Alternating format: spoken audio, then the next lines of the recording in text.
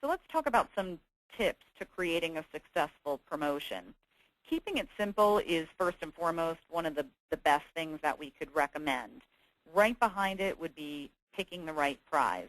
And we've already talked about some things: coupons, percentage codes, giveaways of your product or service, of course a trip, a vacation, particularly if you're in the travel and leisure business, gift cards, money sometimes we see, and then unrelated prizes. By unrelated prizes, here's an example on the screen now, the For Rent company, forrent.com. They were doing a tweet to win sweepstakes where the giveaway was an iPod Touch.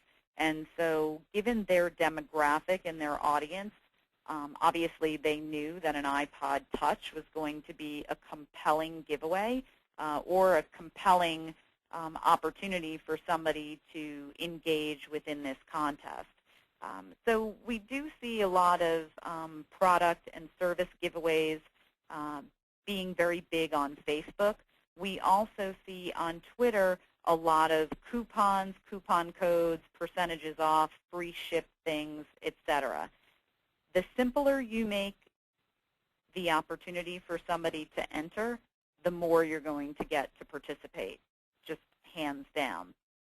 A good example of this is, and it's not on the screen, but something that I recently came across, and most of the examples, just as a caveat here, most of the examples that we're using or talking about are not affiliated at all with More Visibility, and we somewhat did that intentionally. So there's no real reason for us to be endorsing these contests, and a lot of them have already closed or are over. So again, we weren't looking to endorse anybody specifically or help boost anybody's sweepstakes or contests, which is why we somewhat chose a lot of the examples and samples that we did. So another idea to give you, and kind of more specifically to point out how to keep things real simple, on Facebook, there is a facebook.com/Bonnet Creek is actually the name of the business page. And Bonnet Creek is a new property that's being built by the Waldorf Astoria Group, and there's going to be both a Waldorf Astoria hotel as well as a Hilton hotel on that property. And what they did is, while under construction, they launched their social media channels, and they're very involved on Facebook. And when they launched the channel, they launched it right about 90 days out from their opening date, and I think their opening date is sometime in October. And when they launched, they obviously had no fans.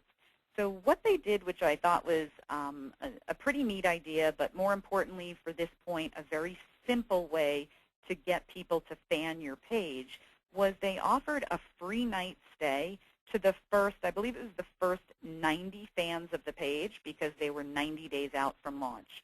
So all you had to do was fan that business's page, and if you were one of the first 90 to do it, you won a free night. So that was very, very simple, very, very easy, and of course they got way more than 90 since people didn't necessarily know exactly how the numbers were going to play out. Because of what I think, because of the overwhelming response, what ended up happening is they got such a good response from that initial promotion, which was over in probably a half an hour, given reaching 90 fans, with the caveat of a free night at a Hilton wasn't too hard to accomplish. What they've done since to encourage people to continue to fan the page, spread the word, tweet about it, post about it, tell their friends on Facebook about it, is they've decided to keep going with giving a free night away every day until they open to anybody within their fan base. So again, that's a very easy thing for somebody to participate in when all they have to do is just fan your page. And I don't know the company intimately enough to say what their goal was, but I would have to say that being that it's a new property and a new hotel in a competitive area, that branding and awareness were probably up there on their list of priorities, getting the word out prior to opening, along with getting people to fan their new Facebook page, which at this point they've done a very good job of doing. On the B2B side, as far as with lead generation, gift cards usually work very well because it's a compelling enough personalized thing to offer the person on the other side of the computer to get them to download your white paper, to get them to sit for a 30-minute demonstration of your product or your service. So in the B2B case, you may need to go more towards what your audience may want on a personal level, but there could be some regulatory things based upon your industry that could prevent you from doing that. So, of course, everybody's going to have to evaluate their own business to determine what's best for them for the actual product.